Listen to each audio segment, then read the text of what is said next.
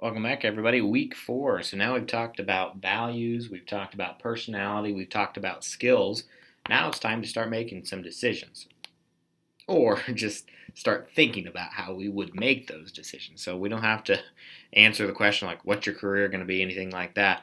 We're going to be talking about how we're going to make those things. So one thing I want to talk about first is the questions from the article. They had 7. So I want to walk through those because I really want to articulate those questions, because that's something about what decisions that you make help move on. So one, does it motivate you to try something new? Is your career asking you to do something new? Is that exciting to you? Second, does it push you? Does your career continually push you? Maybe that's not something that you want. Just because someone tells you that this is what should happen does not mean. Maybe you just want a job where you can really just go steady Eddie and not have to worry about anything. The next 2 questions were interesting to me, and that's why I really want your reflection on. Do they scare you? Does it scare your friends or family more? So sometimes when we go out on the limb, it's exciting to us, but scary to our friends or family, or vice versa. So it's one of those things that maybe that's something to evaluate when you're making this decision process. This is the number one.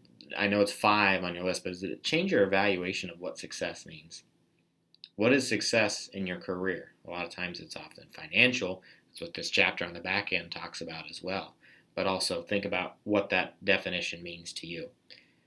Are you surrounded by passionate people at your job? Is that something that you want? You want people to just go, even keel, or you want somebody that really pushes you as well? Going back to the second question, and then finally, does it excite you?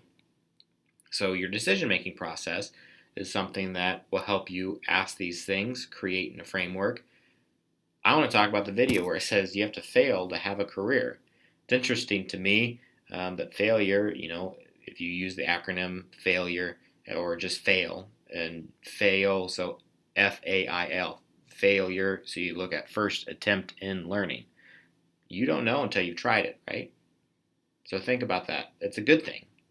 I failed at a couple of different careers before I found the career that mattered to me. So you think about it. Failure doesn't mean that necessarily you weren't good at it. Doesn't mean that you were fired or you quit. I mean, maybe you moved on to something else, or you failed at the idea that it wasn't a success for you. Failure also has that bad connotation. So I really want to see your feedback on this video and using some of the content from the readings in your annotations. And finally, the chapter talks about your decision-making styles. So the planning, the impulsive, the intuitive, the compliant, delaying, fatalistic, agonizing, paralytic, defaulting. So think about it. What type are you? So which of these approaches do you use most and least often? Which would you like to use more often? Current decision progress. Think through it, and I really ask you in your assignments to expand on these things.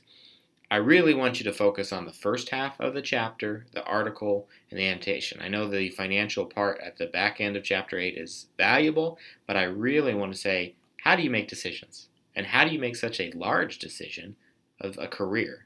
Okay, so think about a decision. Everything that you do is a decision. So what do I want to eat this morning? Do I want to go here? What time do I want to wake up? Do I want to hit the snooze?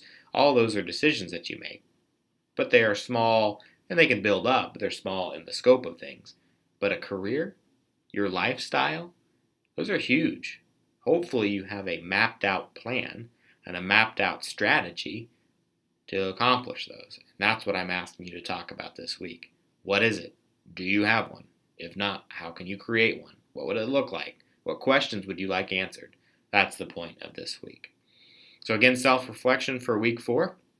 I look forward to interacting with you in the video, in your journals, in your applied activity, and finally getting some feedback on your inventory as well. So that's it for week 4. We'll talk to you in week 5.